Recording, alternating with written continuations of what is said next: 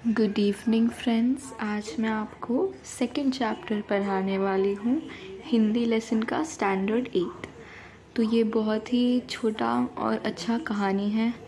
शुरू होने से पहले जैसे हमेशा हम समरी थोड़ा इधर छोटा सा लेखक के बारे में क्या लिखा हुआ है वो देख लेते हैं। प्रस्तुत संवादात्मक कहानी के माध्यम से विभा रानी जी का कहना है कि हमें उत्तम फल प्राप्त करने के लिए समय और साधनों का सदुपयोग करना चाहिए। जो ऐसा करता है वही जीवन में सफल होता है। तो हमारे ये सीधे दिया है समय और साधन जी, हमारे पास जो है चीज़ और टाइम का बहुत सोच समझ के और अच्छे चीज़ों में सदुपयोग यूज़ करना चाहिए। इससे हमें सफलता मिलती है जीवन में। इस कहानी की लेखिका विभा रानी जी। शुरू करते हैं। एक राजा था, उसके 4 बेटियां थीं। राजा ने सोचा कि इन चारों में से जो सबसे बुद्धिमती होगी उसे ही अपना राजपद सौंपेंगे। इसका फैसला कैसे हो, वह सोचने लगा। अंत में उसे एक उपाय सूझ गया। उसने एक दिन चारों बेटियों को अपने पास बुलाया, सभी को गेहूं के 100 दाने दिए और कहा, इसे तुम अपने पास रखो। 5 सालों बाद मैं जब उन्हें मांगूंगा तब तुम सब मुझे वापस कर देना। अब एक दिन राजा जो था राज्य का, वो सोच रहा था, उनकी 4 बेटियां थी। वो सोच रहा था कि मेरे बाद मेरा जो राजपद है उसे मैं किसे सौंपूंगा। मेरी 4 बेटियां हैं, तो उनको अभी चूज़ करना था इन चारों बेटियों में से। लेकिन उन्होंने ये एक ऐसा डिसीजन किया था कि जो सबसे बुद्धिमान होंगे उसे ही मिलेगा मेरा ये राजपद। अब ये कैसा फैसला करे कि कौन है बुद्धिमान सबसे। तो एक दिन राजा ने सबको बुलाया, चारों बहनों को, और उन्हें गेहूं के 100 दाने दे दिए और कहा, 5 साल बाद मैं जब तुम सबसे मांगूंगा तो सीधे सीधे तुम सब मुझे दे देना बस। अब गेहूं के दाने लेकर चारों बहन अपने अपने कमरे में लौट आई। बड़ी बहन ने उन दानों को खिड़कियों के बाहर फेंक दिया। उसने सोचा, आज से 5 साल बाद पिताजी को गेहूं के इन दानों की याद रहेगी क्या? और जो याद भी रहा तो क्या हुआ, भंडार से लेकर दे दूंगी। दूसरी बहन ने दानों को चांदी के एक डिब्बे में डालकर उसे मखमल के थैले में बंद करके सुरक्षा से अपनी संदूकची में डाल दिया। सोचा, 5 साल बाद जब पिताजी ये दाने मांगेंगे तब उन्हें वापस कर दूंगी। अब इधर पहली और दूसरी बहन के बारे में बताया है।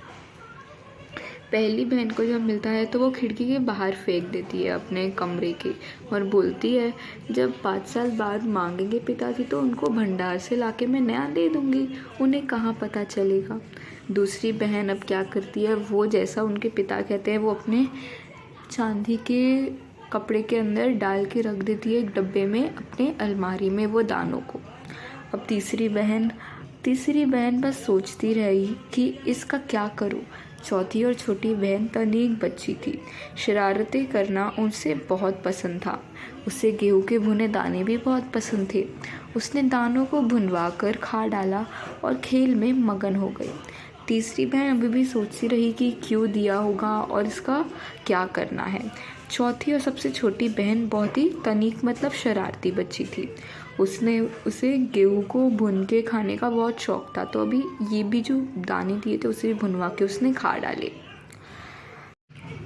तीसरी राजकुमारी को इस बात का यकीन था कि पिताजी ने उन्हें यूं ही ये दाने नहीं दिए होंगे, ज़रूर इसके पीछे कोई मकसद होगा।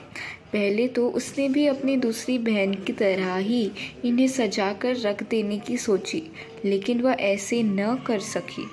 2-3 दिनों तक वह सोचती रही, फिर उसने अपने कमरे की खिड़की के पीछे वाली ज़मीन में वे दाने बो दिए।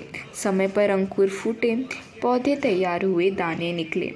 राजकुमारी ने तैयार फसलों में दाने निकाले और फिर से बो दिए। इस तरह 5 वर्षों में उसके पास ढेर सारा गेहूं तैयार हो गया था। अब जो तीसरी बहन थी वो सबसे अलग थी। उसने वो दानों का उपयोग किया, सदुपयोग किया और तीन दो दिन सोचने के बाद क्या करो, उसके बाद उसने सोचा कि उसे बो करते हैं, मतलब उसे ग्रो करते हैं वो दानों को। 5 साल बाद राजकुमार ने फिर चारों बहनों को बुलाया और कहा, आज से 5 साल पहले मैंने तुम्हें चारों को गेहूं से के 100 दाने दिए थे और कहा था कि 5 साल बाद मुझे वापस करना। कहाँ है वे दाने? बड़ी राजकुमारी भंडार घर जाकर गेहूं के दाने ले आई और राजा को दे दिया।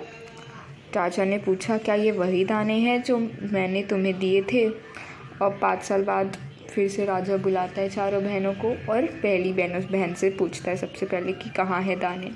तो वो दिखा देती है पहली बहन, बट फिर राजा उसे पूछते हैं कि ये वही दाने हैं क्या जो मैंने तुम्हें दिए थे? पहले तो राजकुमारी ने हाँ कहा दिया, मगर राजा ने फिर कड़क कर पूछा, तब उसने सच्ची बात बता दी। राजा ने दूसरी राजकुमारी से पूछा, तुम्हारे दाने कहाँ हैं?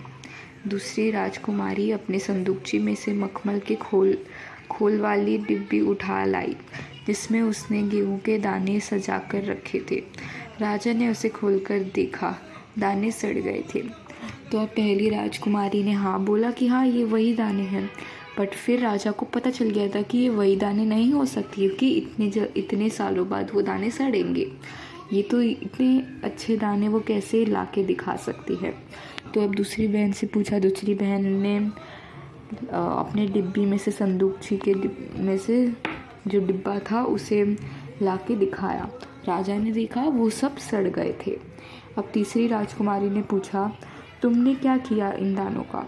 तीसरी ने कहा, मैं उसका उत्तर आपको अभी नहीं दूंगी, क्योंकि जवाब पाने के लिए आपको यहाँ से दूर जाना पड़ेगा और मैं वहाँ आपको कल ले चलूँगी। अब तीसरी बहन ने बोला कि आज मैं आपको नहीं दिखा सकती, कल मैं आपको लेके जाऊँगी और मेरा जवाब और दिखा दूँगी मेरे गेहूं के दाने कहाँ हैं। राजा ने अब चौथी और सबसे छोटी राजकुमारी से पूछा।